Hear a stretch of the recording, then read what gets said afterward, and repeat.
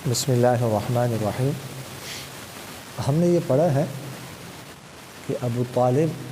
کے مالی حالات کمزور تھے، اچھے نہیں تھے، اور وہ تھے بھی کثیر العیال، اور ایک دفعہ ایسے وہ قحط بھی پڑا، تو قحط پڑنے کی وجہ سے ان کے مالی حالات مزید کمزور ہو گئے۔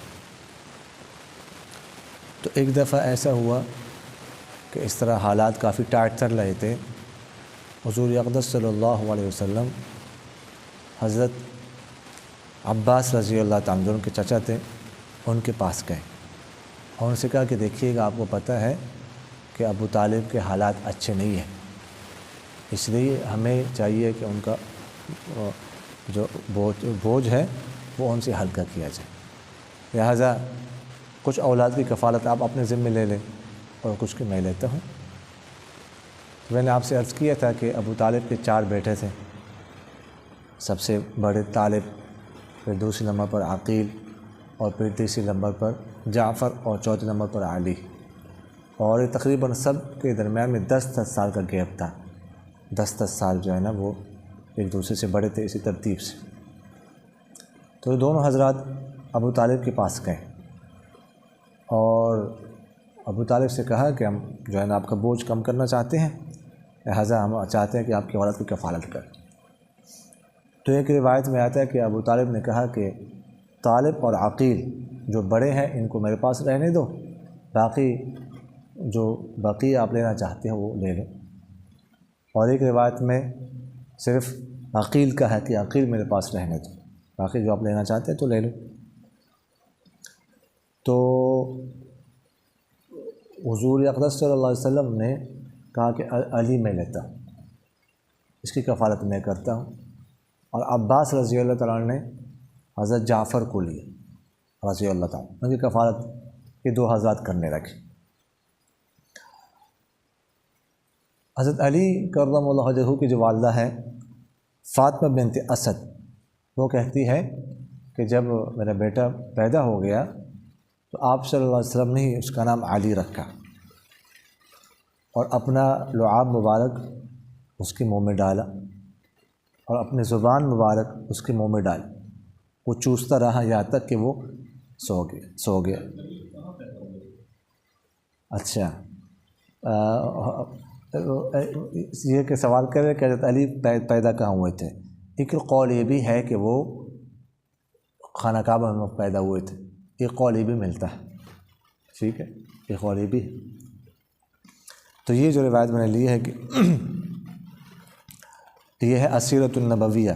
احمد بن زینی دحلان کی، وہاں سے۔ اچھا، پھر ایسا ہوا کہ چونکہ حضرت علی رضی اللہ عنہ آپ صلی اللہ علیہ وسلم کے گھر میں رہ رہے تھے، تو ایک دفعہ بعثت کے بعد آپ صلی اللہ علیہ وسلم اور خدیجہ رضی اللہ عنہ دونوں نماز پڑھ رہے تھے، تو حضرت علی نے ان کو دیکھا، پوچھا یہ کیا کر رہے ہیں آپ، یہ کیا ہے؟ تو آپ صلی اللہ علیہ وسلم نے ان کو بتایا کہ اللہ تعالیٰ نے مجھے جب وہ پیغمبر بنایا ہے تو ایک اللہ کی عبادت کرو اور لات اور عزیٰ کا انکار کر دو۔ تو حضرت علی رضی اللہ تعالیٰ عنہ نے یہ کہا کہ یہ تو نئی بات ہے، تو جب تک میں اپنے والد سے مشورہ نہ کر لوں تو فیصلہ کرنا یہ مشکل ہے۔ تو آپ صلی اللہ علیہ وسلم نے ان سے فرمایا کہ اچھا، اگر اسلام نہیں لاتے تو کم سے کم ہمارا راز فاش مت کر، اب اس کو صیغہ راز میں رکھو، کسی کو بتانا نہیں۔ تو یہ گفتگو ہوئی، سوموار کا دن تھا، ایک رات گزر گئی، اگلے دن منگل کے دن حضرت علی رضی اللہ تعالی عنہ خود جو ہے نا وہ آپ صلی اللہ علیہ وسلم کی خدمت پہ حاضر ہوئے اور مشرف با اسلام ہو گئے، اسلام قبول کیا۔ اس وقت ان کی عمر 8 سال یا 10 سال تھی، 8 سال تھی یا 10 سال تھی، بالکل بچے تھے۔ تو والد سے اس کو چھپائے رکھ کچھ عرصہ تک۔ ایک دفعہ یہ نماز پڑھ رہے تھے تو والد نے، ابو طالب نے ان کو دیکھا، انہوں نے پوچھا یہ کیسا دین ہے، آپ کیا کر رہے ہیں؟ حضرت علی نے جواب دیا اسیرۃ النبوی لابن ہشام میں، یا ابت آمنت باللہ ورسولہ وصدقت بما جاء بہ، وصلیت معه للہ واتبعته قال له اما انه لم يدعك الا الى خیر فالزمه، کہ ابا جان میں اللہ پر اس کے رسول پر یہ مان لایا ہوں،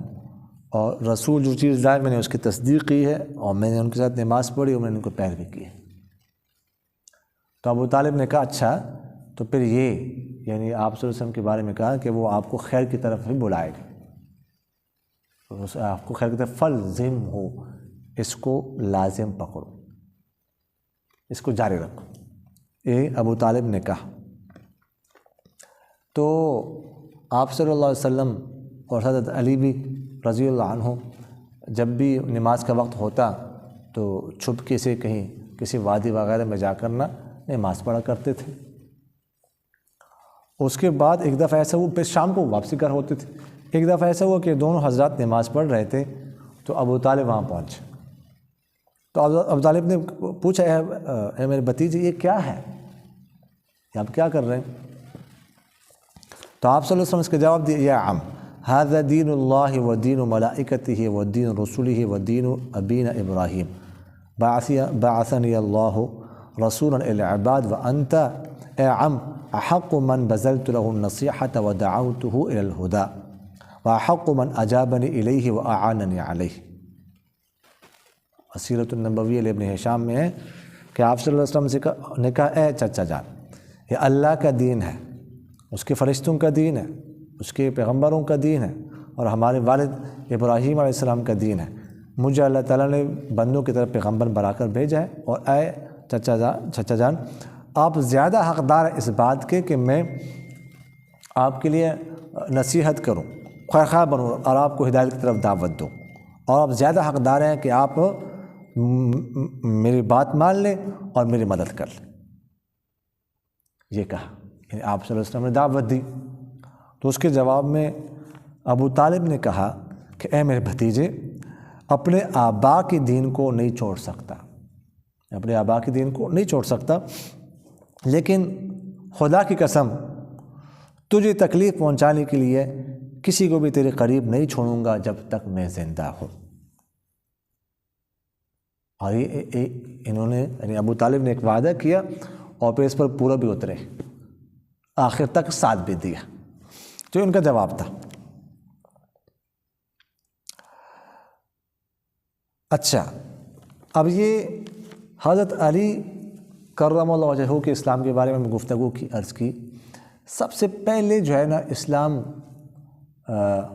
کس نے قبول کیا ہے، اس حوالے سے نا کچھ روایات مختلف ملتی ہیں۔ بعض روایتوں میں آتا ہے، جیسے ہم نے عرض کیا حضرت خدیجہ رضی اللہ عنہ نے، بعض روایتوں میں آتا ہے ابوبکر صدیق رضی اللہ تعالیٰ عنہ، بعض روایتوں میں حضرت علی نے، ٹھیک ہے، زید بن حارثہ کا نام، حضرت بلال کا نام بھی ملتا ہے۔ تو اس طرح جو ہے نا علماء نے اس کے درمیان تطبیق کی ہے۔ امام ابو حنیفہ رحمہ اللہ نے اس طرح تطبیق کی ہے، اور بھی علماء نے، کہ عورتوں میں سے سب سے پہلے ایمان حضرت خدیجہ رضی اللہ عنہ لائی،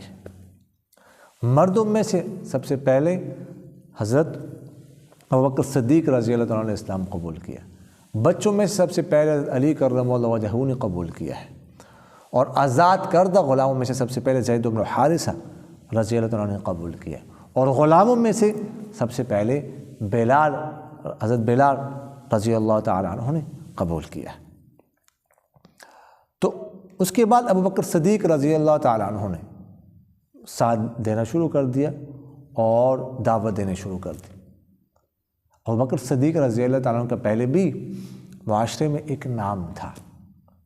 ان کی صداقت، ٹھیک ہے، اور مشہور تھی پہلے سے، ان کی نیکی، ان کے تدین مشہور تھا۔ ان کے بارے میں آتا ہے کہ ان ابا بکر لم یسجد لصنم قط، کہ ابوبکر صدیق رضی اللہ تعالیٰ عنہ نے کبھی بھی زمانہ جاہلیت میں بھی کسی بت کے لیے سجدہ نہیں کیا، حالانکہ ہم نے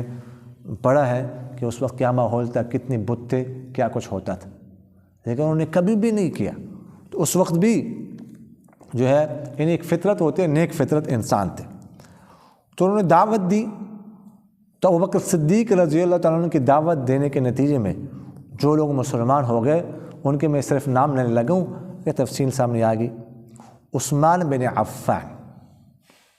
زبیر بن العوام، عبد الرحمن بن عوف، طلحۃ بن عبید اللہ اور سعد بن ابی وقاص رضی اللہ تعالی عنہ۔ یہ جتنے نام ہیں سارے عشرہ مبشرہ میں سے، یہ ابوبکر صدیق رضی اللہ تعالیٰ عنہ کی دعوت پر مسلمان ہو گئے، اور ابوبکر صدیق رضی اللہ تعالیٰ عنہ نے ان سب کو آپ صلی اللہ علیہ وسلم کی خدمت میں حاضر کیا، اسلام قبول کیا۔ اس کے بعد جو حضرات مسلمان ہو گئے بالکل شروع میں ہیں، وہ ان کے ابھی صرف میں نام نہیں لگا ہوں بس۔ ابو عبیدہ عامر بن الجراح، یہ بھی اب عشرہ مبشرہ میں سے، ان کو امین هذه الامہ کہا جاتا ہے، اس امت کے امانت دار۔ ارقم بن ابی الارقم، مذعون بن حبیب کے تینوں بیٹے، عثمان بن مذعون، قدامہ بن مذعون، عبداللہ بن مذعون۔ اس طرح عبیدہ بن الحارث، سعید بن زید بن عمرو بن نفیل،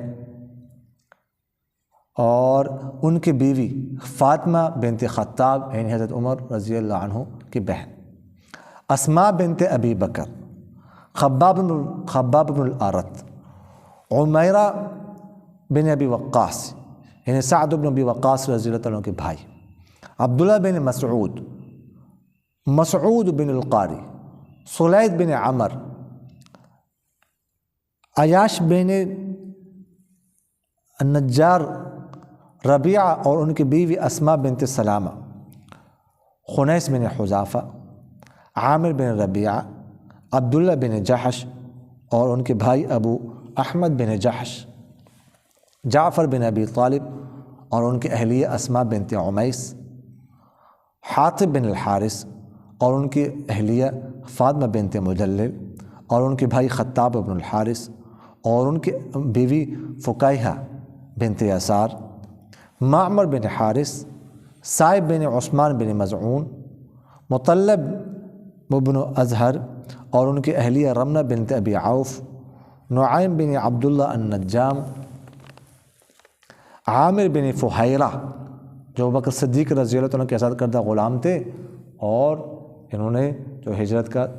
سفر ہے نا اس میں ساتھ دیا تھا، خالد بن سعید بن العاص اور ان کی اہلیہ امنیہ بنت خلف، حاطب بن عمر، ابو عزیفہ عتبہ، واقد بن عبداللہ، بکیر بن عبد یالیل کے چاروں بیٹے یعنی خالد، عامر، عاقل اور ایاس، اور ان کے علاوہ عمار بن یاسر، صہیب بن سنان،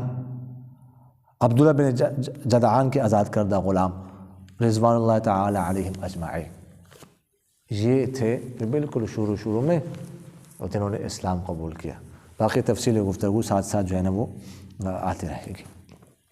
آمین۔ الحمدللہ رب العالمین والعاقبۃ للمتقین والصلاة والسلام علی خیر خلقہ محمد وعلی آلہ واصحابہ اجمعین۔ اللہم افتح اقوال قلوبنا بذکرک واتمم علینا نعمتک واسبغ علینا من فضلک وجعلنا من عبادک الصالحین۔ اللہم الحقنا بالصالحین، اللہم الحقنا بالصالحین۔ سبحان ربک رب العزۃ عما یصفون وسلام علی المرسلین والحمد للہ رب العالمین۔ آمین یا رب العالمین برحمتک یا ارحم۔